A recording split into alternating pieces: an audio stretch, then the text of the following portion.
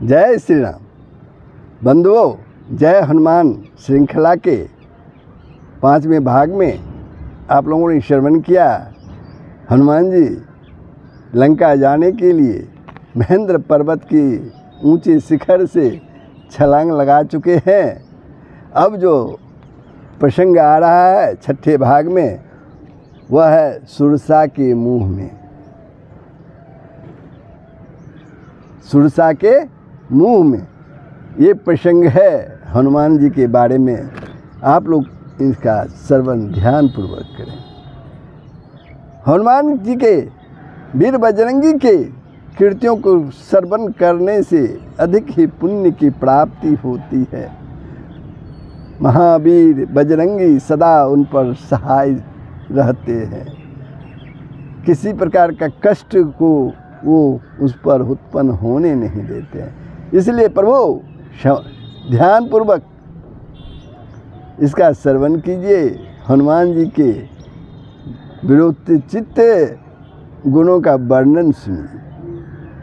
प्रभु प्रसंग प्रारंभ हो उसके पहले आप लोगों से नम्र निवेदन है, अगर आपने वीडियो को सब्सक्राइब नहीं किया है या सब्सक्राइब करने में दिक्कत हो रही है तो मेरे YouTube channel Sanatan Darshan with Dinesh को YouTube चैनल पर सर्च कर सब्सक्राइब कर सकते हैं। बेल आइकन को ज़रूर दबा ही देंगे, शेयर करेंगे, कमेंट करेंगे, लाइक करें। जय श्री राम, जय बजरंगबली। तो प्रसंग आप सुनिए। सुरसा के मुख में वीर बजरंगी महेंद्र पर्वत के शिखर से समुद्र लंघन के लिए छलांग लगा चुके हैं। हनुमान जी को आकाश में बिना विश्राम किए लगातार उड़ते देखकर समुद्र ने सोचा कि ये प्रभु श्री रामचंद्र जी का कार्य पूरा करने के लिए जा रहे हैं। किसी प्रकार थोड़ी देर के लिए विश्राम दिलाकर इनकी थकान दूर करनी चाहिए।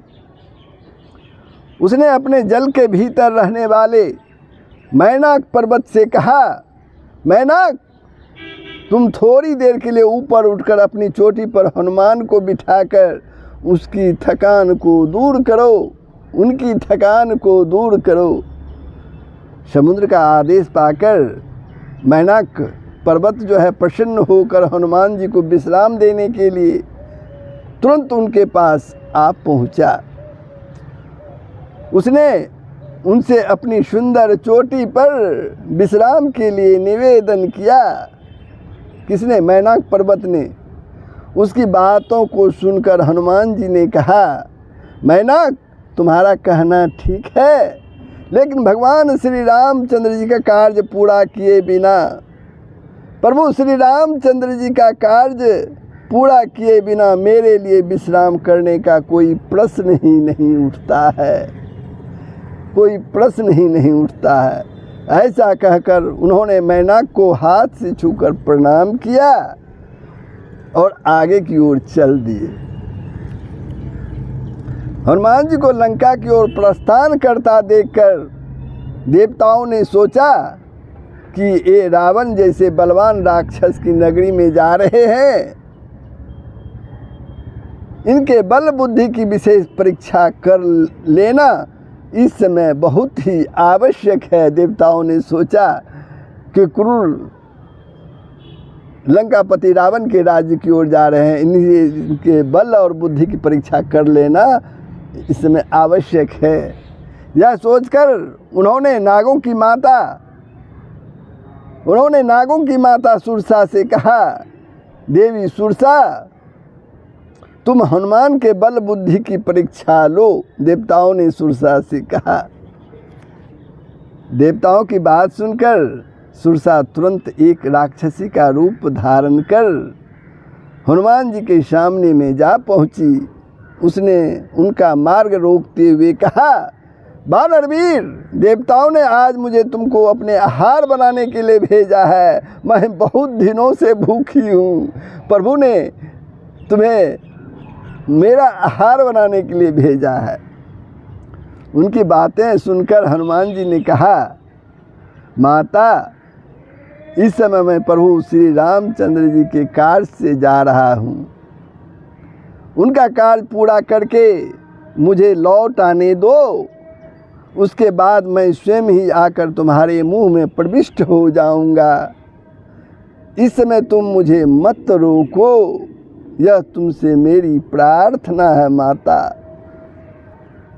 इस प्रकार हनुमान जी ने सुरसा से बहुत ही विनती की, प्रार्थना की, लेकिन वह किसी प्रकार भी उन्हें जाने न दी। अंत में हनुमान जी ने क्रुद्ध होकर कहा, अच्छा तो लो मुझे अपना आहार बनाओ। अच्छा तो लो मुझे अपना आहार बनाओ। हनुमान जी क्रुद्ध हो चुके थे।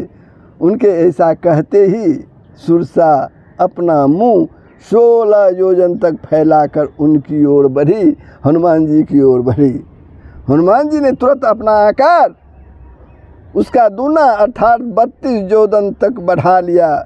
इस प्रकार जैसे जैसे वह अपने मुख का आकार बढ़ाते गई, सुरसा अपने मुख का आकार बढ़ाते गई, हनुमान जी अपने शरीर का आकार उसका दूना करते गए। अंत में उसने अपना मुंह फैलाकर 100 योजन तक चौड़ा कर लिया। तब हनुमान जी तुरंत अत्यंत छोटा रूप धारण करके उसके उस 100 योजन चौड़े मुंह में घुसकर तुरंत बाहर निकल आए। उन्होंने आकाश में खड़े होकर सुरसा से कहा, माता, देवताओं ने तुम्हें जिस कार्य के लिए भेजा था वह पूरा हो गया है। अब मैं भगवान श्री रामचंद्र के कार्य के लिए अपनी यात्रा पुनः आगे बढ़ाता हूँ। सुरसा ने तब उनके सामने अपनी असली रूप में प्रकट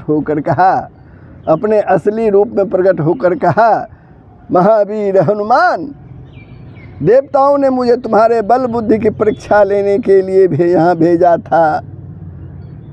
तुम्हारे बल बुद्धि की समानता करने वाला तीनों लोकों में कोई नहीं है। तुम शीघ्र ही भगवान श्री रामचंद्र जी के सारे कार्य पूर्ण करोगे, इसमें कोई संदेह नहीं है। ऐसा मेरा आशीर्वाद है। और हनुमान जी उनसे आशीर्वाद लेकर आगे बढ़े। ये प्रसंग था हनुमान के समुद्र लंघन के समय बल बुद्धि की परीक्षा। अब जो है आगे का प्रसंग जो होगा वो लंका में प्रवेश और लंकनी पर प्रहार, ये प्रसंग हम लोग श्रवण करेंगे। तो ये प्रसंग कैसा लगा सुरसा के मुँह में अवश्य कमेंट के माध्यम से हमें बताएंगे, शेयर करेंगे, लाइक करेंगे। जय श्री राम। सबका कल्याण होगा, पूरे विश्व का कल्याण होगा। यही सनातन धर्म का मूल तत्व है। जय श्री राम, जय बजरंगबली।